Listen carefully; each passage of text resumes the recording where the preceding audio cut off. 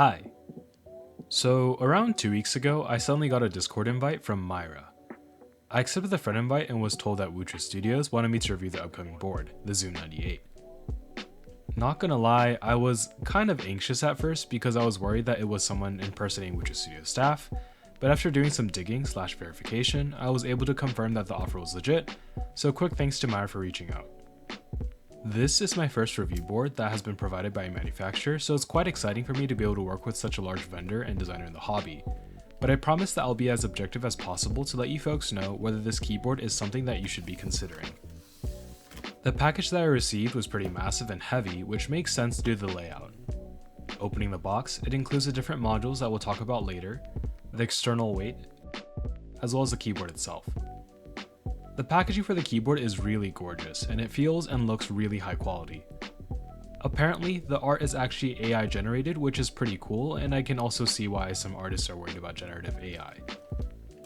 Inside, we have a hot swap PCB, a polycarb plate, a foam kit, Wucha Studio stabilizers, the gasket sleeves, the keyboard wrapped in cloth, a coiled cable, a set of Allen wrenches and screws, and finally the batteries.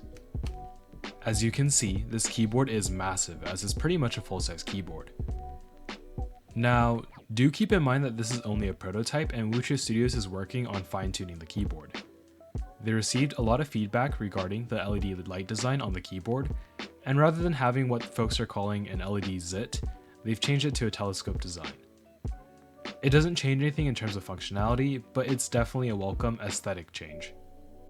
For this build, I decided to go with the Invokeys Black Sesame switches. These switches are known to have great price to performance, and best of all, they come pre-lubed, which will save you a ton of time, especially for a keyboard that has 100 plus keys.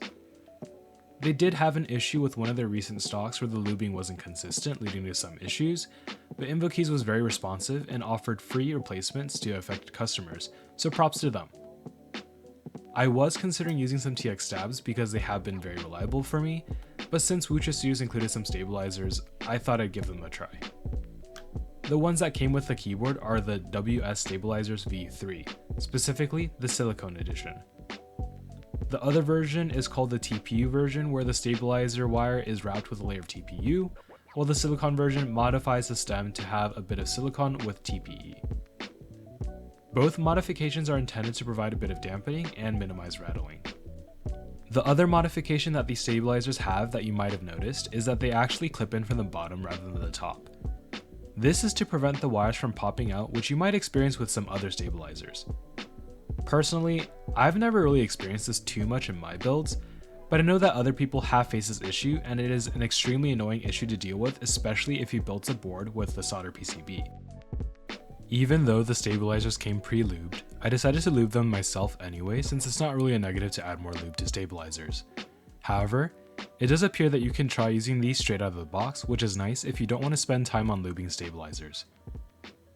Building this keyboard was pretty straightforward for the most part, but there are a couple of callouts I want to make so that you don't screw up on your build. First things first, make sure that you install your daughter board upside down. If you install it with the circuits facing up, it won't align with the cutout and you won't be able to plug in your keyboard. Second, make sure you verify the orientation of the pins before you plug in the batteries in the daughter board.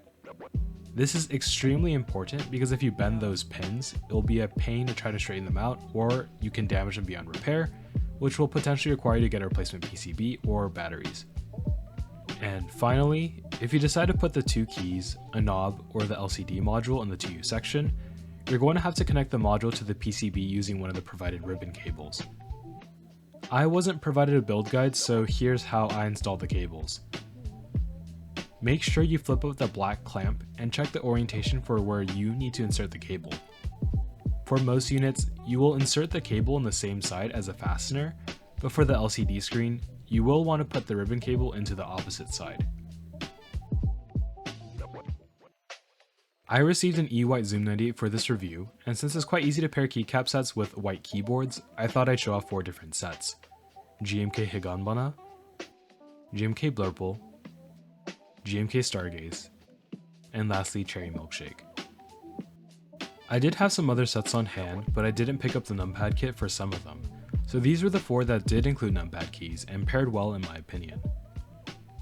Anyways, without further ado, Here's the type test.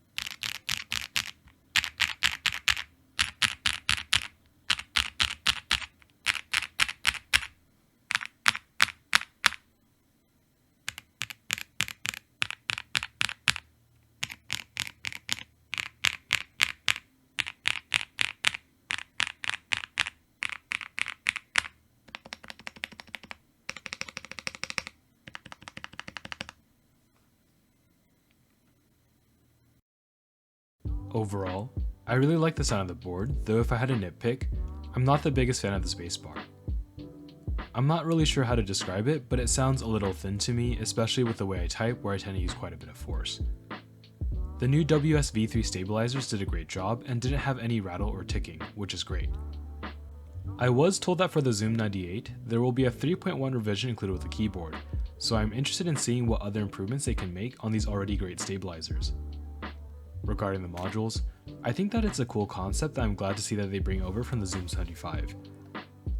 I think that the LCD module is the most unique and probably what most folks will go for, but the other knob and 2-key module might also appeal to you depending on your workflow. They're easy to install and switch out, so you could buy multiple modules to test it out. If you had joined the Zoom75 group buy and bought the different modules with that board, you will be able to use the badge with the Zoom98 as well as the knob module. However, the 2-key module and the LCD module will not be compatible, though the LCD screen that comes in the LCD module will be. There's an app that you can install to pair with the screen, but it's a work in progress. The Android version of the app does not work as of this moment, and the iOS version provides some basic customizability like updating the date and time, but is not able to pull in some other information like weather. There are downloadable files for the software on PC that are in a Google Drive, and I've also seen some people in the Discord share a more updated build, so you can try that if you really want to get it working. However, for most people, it's probably just a better idea to wait for an official release, so hopefully the folks at Wucha Studios can get that done soon. I did see some complaints from people regarding the layout due to the size. It's possible that some people assumed that it was going to be an 1800 layout keyboard based off of the name, but it's actually just one column shorter than a full-size keyboard.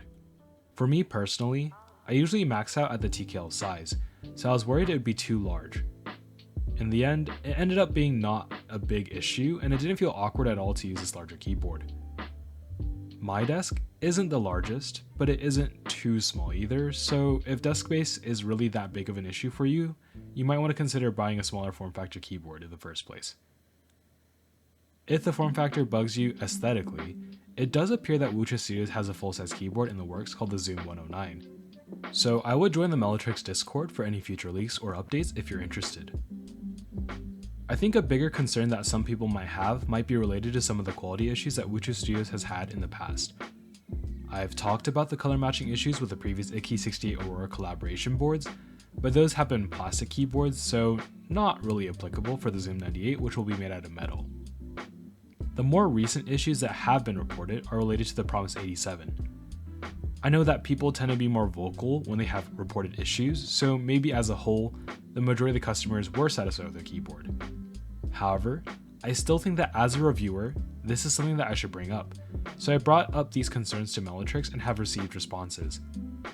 They aren't very detailed or concrete in describing what specific changes will be implemented, but they say that they are working on their QC process and customer service to help minimize these issues moving forward. I am hoping that this will be the case, and people will be receiving a quality product, so I plan on keeping them to their word and monitoring the situation. The sale will be going live from October 10th to October 30th, with prices starting at $179. There will also be a special collaboration with SXM Designs called Cosmic Odyssey Edition, with keycaps sold separately.